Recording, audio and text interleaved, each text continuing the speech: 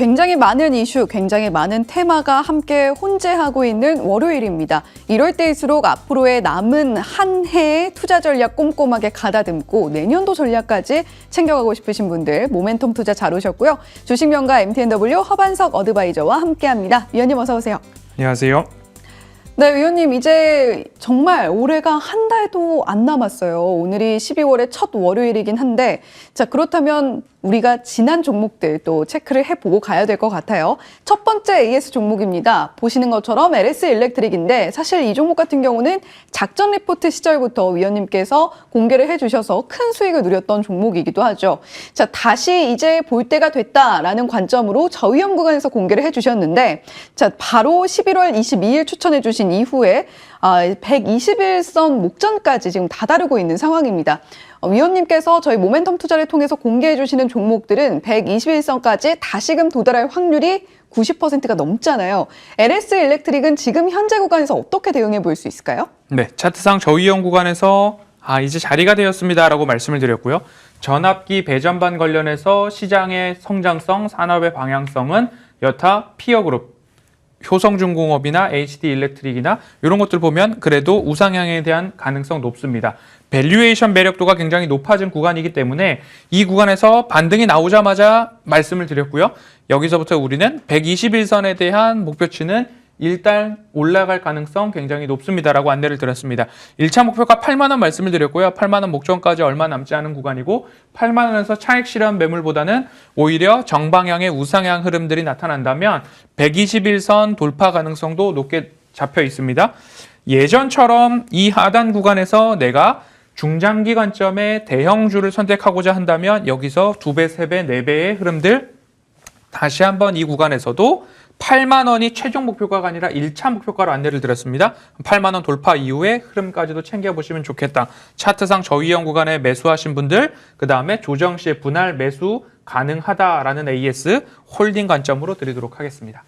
네, LS 일렉트릭 또 한 번 우리에게 수익을 안겨줄 준비를 하고 있습니다. 그런 만큼 지금 현재 구간에서 분할 매수로 접근하신 분들, 방송 보시고 매수하신 분들 모두 홀딩 관점 유효하다라고 말씀해 주셨고요. 목표가까지 함께 기다려보자라는 이야기도 전해주셨습니다.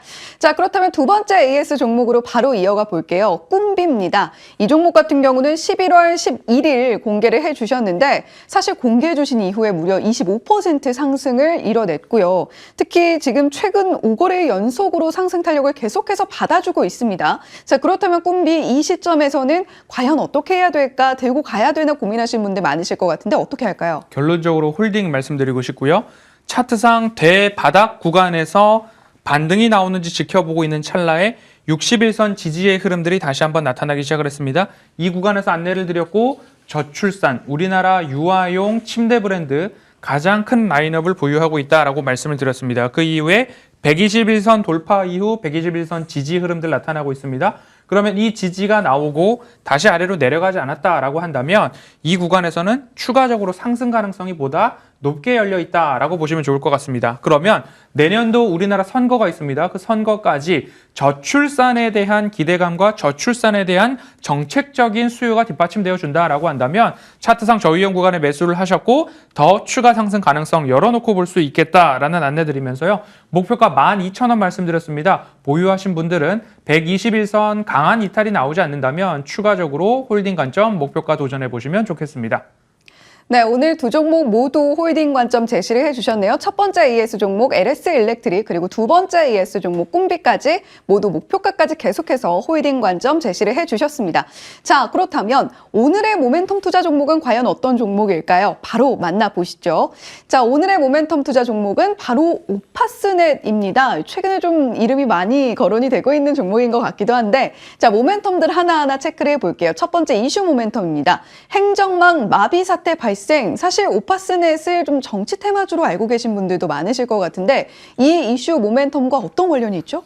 네, 정치 테마주로, 정치 인물 테마주로 다들 알고 계실 텐데 기업을 보시더라도 조금 더 구체적으로 살펴보신다면 경농의 슈팅, 그리고 노을의 슈팅, 그리고 오파스넷의 슈팅을 한 번쯤 더 기대해 볼 수 있지 않을까라는 말씀을 드리고 싶습니다. 오파스넷은 일단 라우터, 그리고 통신 장비 쪽에서 운용, 관리, 설치, 설계를 하고 있는 회사입니다. 그래서 최근에 잇따라서 우리나라 행정망의 마비 사태가 발생을 했습니다. 그래서 민간 합동조사단이 조사를 해보니 시스코사에서 설치를 한 네트워크 장비와 케이블 연결 포트의 노후와 접지 불량, 하지만 제조사에서도 명확한 원인을 알 수 없다라는 이야기들이 좀 나오고 있고요. 내구 연한이 아직 남아있음에도 불구하고 행정망 마비 사태가 발생한 부분에 있어서 참으로 어떻게 해야 할까? 앞으로 더 이런 일이 일어나면 안 될 텐데 라는 생각을 다들 하고 계시죠? 그럼 정부에서도 여기에다 그럼 예산을 더 넣어야 되는가? 예산을 더 확충해서 노후 장비를 빨리 교체를 하거나 대대적인 시스템 점검, 유지 보수를 하게 된다면 오파스 넷의 수혜 관점으로 살펴볼 수도 있겠다. 그러면 장비 교체, 유지 보수 확대 시에 수혜가 가능한 기업 중 하나가 오파스 넷이다라는 의미에서 먼저 선정을 해보았습니다. 네, 위원님께서는 항상 저위험 구간에 있는 안전한 종목들 위주로 많이들 공개를 해주셨고 그 와중에도 포트폴리오 다채롭게 채울 수 있는 급등 나올 수 있는 종목들 가지고 와 주셨는데 오늘은 오파스넷입니다. 정치 테마주 좀 위험하지 않나라고 생각하셨던 분들 이슈 모멘텀 들으시고 좀 어느 정도는 그 의구심이 해소가 되지 않았을까 싶은데요. 분명한 모멘텀 자리하고 있다라는 이야기 해주셨고 두 번째 이슈는 어떤 게 있는지 또 바로 체크를 해보겠습니다. 다양한 고객군, 안정적 수주 잔고, 위원님께서는 역시 이런 부분들이 있어야 공개를 해주시죠. 자, 앵커님께서는 정치 테마주로 지속적으로 밀어붙이고 있고 저는 이 기업의 모멘텀에 대해서 계속적으로 밀어붙이고 있는데요. 다양한 고객군이 있습니다. 주요 매출처가 삼성전자, 한국거래소, 국방부, 보건복지부 등 다양한 공공기관이 있을 수 있고요. 사기업으로는 삼성전자, SK텔레콤, SK그룹 계열사, KB국민카드, 쿠팡 등이 고객사로 있습니다.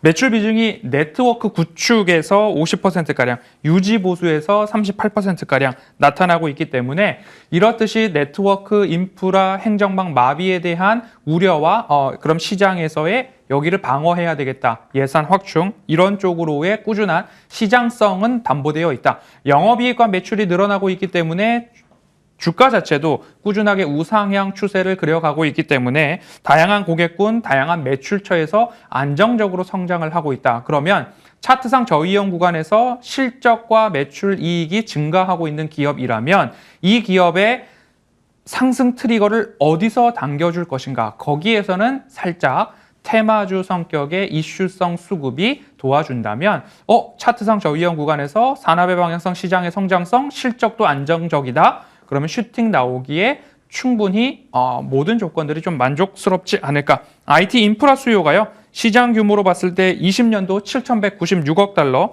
25년도 9,100억 달러로 늘어나고 있는데 IT 강국 우리나라에서도 다양한 수요는 증가할 것이다. 라는 이야기, 펀더멘털 측면에서 안내드립니다. 네, 위원님 안 넘어오시네요.